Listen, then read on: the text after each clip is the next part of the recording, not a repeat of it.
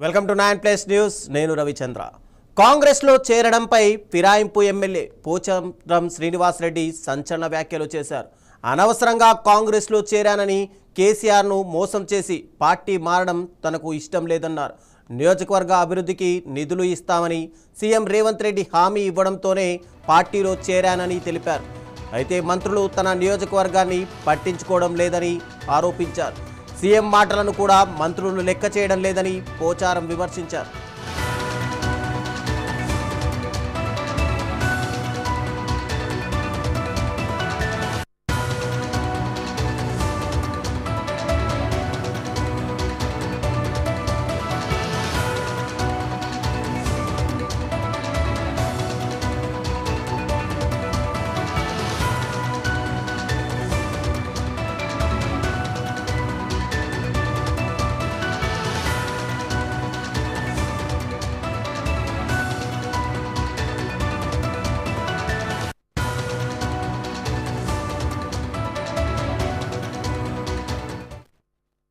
నేను ఇచ్చింది కేసీఆర్ కాదంటే కదా చేసేది. నేను చెప్తున్నా కేసీఆర్ ఇచ్చిందని జరిగింది అని గంట పద చెప్తున్నాను. ఎవరు నాకు చెప్పాల్సిన అవసరం లేదు, నేనే సాక్ష్యం. అన్నం పెట్టుడు పరిస్థితి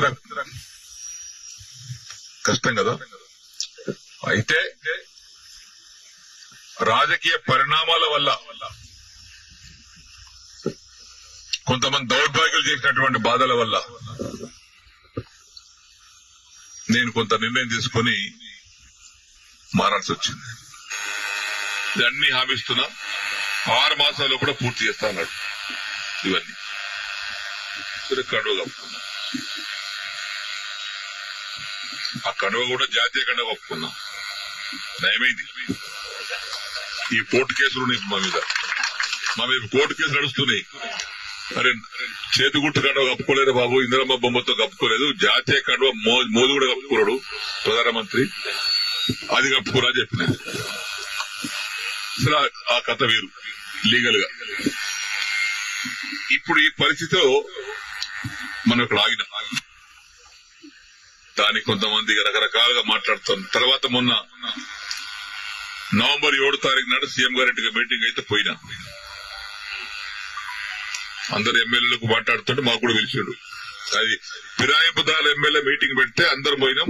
మీటింగ్ అయినాక విడివిడిగా మాట్లాడిపోయినాం. పొంగులేటి శ్రీనివాసరెడ్డి కూర్చున్నాడు, బట్టివి కూర్చున్నాడు ఆయన పొలిటికల్ ఆ ఛాంబర్ లో.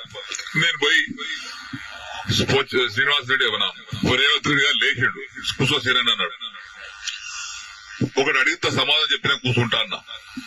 ఏందన్నాడు, నేను నీకు 21 జూన్ నాడు నాకు కండువ కప్పిన రోజు నాకేమైనా పైసలు ఇచ్చినావా, నన్ను ఏమైనా కొన్నావా,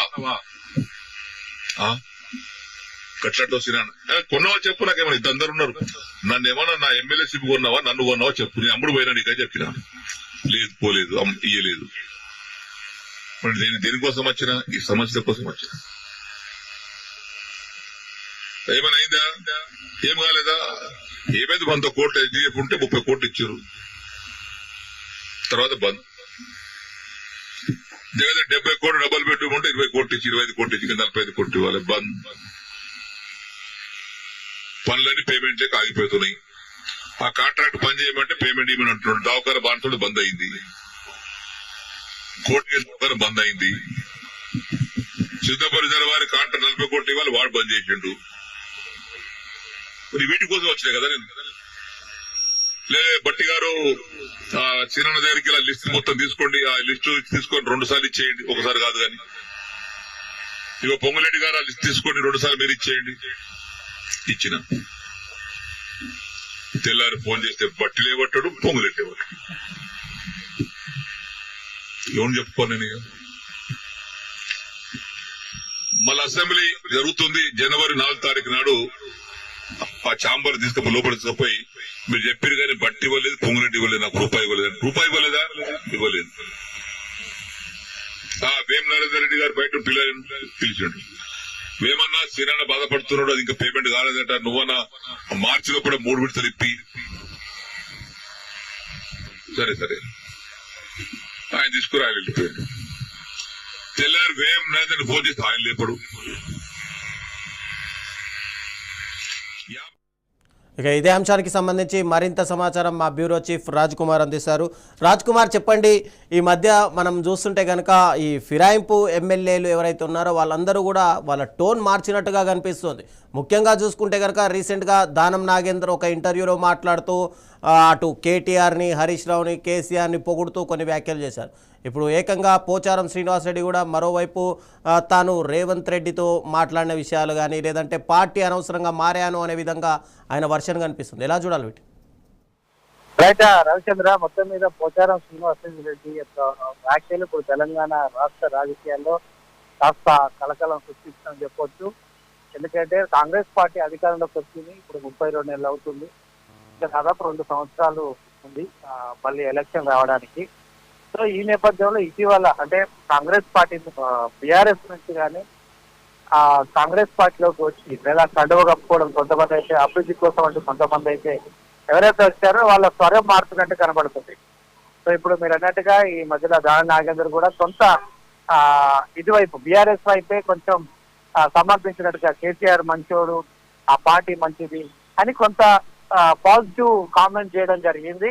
అదేవిధంగా మనం చూసాం పటాన్చేరు ఎమ్మెల్యే గూడెం మైపాల్ రెడ్డి కూడా ఆల్మోస్ట్ ఆల్ టీఆర్ఎస్ సంబంధించిన యాక్టివిటీలో పాల్గొంటున్నాడు. ఒకవైపు కాంగ్రెస్ లోకి వెళ్ళి మళ్ళీ టీఆర్ఎస్ లోకి వస్తున్న పరిస్థితి. సో ఇప్పుడు తాజాగా పోచారం శ్రీనివాసరెడ్డి చేసిన వ్యాఖ్యలు నిజంగా కాస్త హాట్ టాపిక్ గా మారాయి. నేను అనవసరంగా పార్టీ మారాను, అంటే కాంగ్రెస్ పార్టీలో చేరాను, అది కూడా పెండింగ్ పనుల కోసము, మా నియోజకవర్గ అభివృద్ధి కోసము, అధికార పార్టీలో ఉంటే పనులు జరుగుతాయని పార్టీ మారడం జరిగింది. అంటే పార్టీ మారడం జరిగింది, అది కొన్ని కండిషన్స్ వల్ల నేను జాతీయ సంబంధించిన ఏదైతే కాంగ్రెస్ కాదు, అది ఒక మనకి నేషనల్ గా గుర్తుంటే అందరు కప్పుకుంటారు అది ఆ కండువ. సో అది నేను కప్పుకుంటానని చెప్తూనే కాంగ్రెస్ పార్టీలో జతగట్టానని చెప్తూ ఉన్నాడు. అంటే 2 వర్షన్స్ ఉన్నాయి. అదేవిధంగా అనవసరంగా నేను కాంగ్రెస్ పార్టీతో జతగట్టాను, రేవంత్ రెడ్డి పనులు చేస్తాడు అనుకున్నాను, కానీ మంత్రులు రేవంత్ రెడ్డి మాట ఏ మంత్రి వినట్లేదు అని బహిరంగ కామెంట్ చేయడం, ఇది ఏదో చిట్చాట్ చేసింది కాదు, లేకపోతే ఇంకేదో. ఆయన ఆల్రెడీ ఆయన వాయిస్ అయితే వినబడుతుంది. సో నా కుమారుని కూడా చాలా సార్లు పంపించాను, పనులు కావట్లేదు, బీఆర్ఎస్ లో ఉంటే పనులు చెయ్యము అని అప్పుడు అన్నారు. ఆ తర్వాత అందుకే నేను కాంగ్రెస్ పార్టీకి దగ్గరయ్యాను, కానీ ఇప్పుడు కూడా పనులు కావట్లేదు. స్వయాన ముఖ్యమంత్రి చెప్పినా కూడా మంత్రులు వినట్లేదు. కేసీఆర్ నయము, నాకు ఒక విధంగా చెప్పారంటే పరోక్షంగా అన్నాడు, బీఆర్ఎస్ నాకు ఒక అన్నం పెట్టింది, అన్నం పెట్టినోని ఎలా మరుస్తామన్న వ్యాఖ్యలు చేయడంపై దీని అంతరార్థం ఏంది అనేది ఇప్పుడు చర్చ జరుగుతుంటే మళ్ళీ పోచారము మళ్ళీ రిటర్న్ మళ్ళీ కంబ్యాక్ వస్తాడా, బీఆర్ఎస్ లోకి వెళ్తాడా అనేది ఒక చర్చ జరుగుతూ ఉంది. ఎందుకంటే కాంగ్రెస్ పార్టీలో కాస్త ఇబ్బందిగా ఫీల్ అవుతున్నట్టుగా ఉంది. మంత్రులు పలుమార్లు పొంగులేటి ధైర్యం చెప్పాడు, పొంగులేటి కావచ్చు, ఆ తర్వాత మిగతా మంత్రులు ఎవరైతే బట్టి ఆర్థిక శాఖ మంత్రిగా ఉన్నాడు, వీళ్ళు కొన్ని ఆ నియోజకవర్గ సంబంధించిన అభివృద్ధి పనులు ఫైల్ తీసుకుపోయినప్పుడు ఎన్నిసార్లు చెప్పినా కూడా ఆ పనులు కావడం లేదు. కాబట్టి ఇక నేను ఈ పార్టీలో ఉంటే ఎంత లేకపోతే ఎంత, అనవసరంగా వచ్చాననే వ్యాఖ్యలు ఈరోజు మళ్ళీ ఒకసారి కాంగ్రెస్ పార్టీ యొక్క పరిస్థితిని, అంటే మళ్ళీ ఎవరెవరైతే కాంగ్రెస్ పార్టీలోకి వెళ్ళారో వారందరిలో కొంతమంది అయినా బీఆర్ఎస్ వచ్చి ఆలోచన చేస్తున్నారా అనే ఒక అనుమానం అయితే వస్తుంది. ఇప్పటికే కోర్టులో అది కేసు నడుస్తా ఉంది ఫిరాయింపులపై. సో ఈ ఫిరాయింపు ఎమ్మెల్యే, ఇప్పుడు పోచారం మనం ఏమంటామంటే ఫిరాయింపు ఎమ్మెల్యే అంటాం. సో ఈయన కూడా కాస్త కాంగ్రెస్ పై నెగిటివ్ కామెంట్ చేయడం, బీఆర్ఎస్ పై ముఖ్యంగా కేసీఆర్ పై పరోక్షంగా పాజిటివ్ కామెంట్ చేయడం అనేది మరి మళ్ళీ ఆయన బీఆర్ఎస్ లోకి వెళ్తారా అనేది, లేదా ఇది కేవలం మరి భయపెట్టడానికి, పనులు కావడానికి, ఒక జలకి ఇవ్వడానికి, కాంగ్రెస్ పార్టీకి ఆ మంత్రులకు జలకి ఇవ్వడానికి ఇలా అన్నాడా, లేకపోతే నిజంగా బీఆర్ఎస్ పార్టీలోకి వెళ్తాడా అనేది చర్చ జరుగుతుంది ఇప్పుడు. అంటే మళ్ళీ ఫిరాయింపు ఎమ్మెల్యేలు ఒకవేళ బీఆర్ఎస్ పార్టీకి వెళ్తామంటే అక్కడ తీసుకునే పరిస్థితి ఉందా? జనరల్ గా అయితే ముందు కేటీఆర్ స్వయంగా ప్రకటించారు కొన్ని రోజుల క్రితం, మేము ఎవరిని తీసుకోమని. కానీ రాజకీయాల్లో శాశ్వత మిత్రులు, శాశ్వత శత్రువులు ఎవరు ఉండరు, అవసరాలు మాత్రమే నడిపిస్తాయి. మొన్న తిట్టిన ఆయన ఈ రోజు ఫ్రెండ్ అవుతాడు, ఈ రోజు ఫ్రెండ్ రేపు శత్రువు అవుతాడు, రాత్రి పరిస్థితులు మారిపోతాయి. మనం గ్యారంటీగా ఇలా జరుగుతుందని చెప్పలేం. మన గతంలో వీళ్ళందరూ కూడా ఒకప్పుడు తెలంగాణ ఉద్యమం అప్పుడు కేసీఆర్ ను టీఆర్ఎస్ తిట్టిన వాళ్ళే చాలా మంది మంత్రులు అయ్యారు. అదే మంత్రులు మళ్ళీ వాళ్ళ కాంగ్రెస్ పార్టీలో ఉన్నారు. ఇప్పుడు పోచారం శ్రీనివాసరెడ్డి కూడా టీడీపీ నుంచి వచ్చిన వ్యక్తే.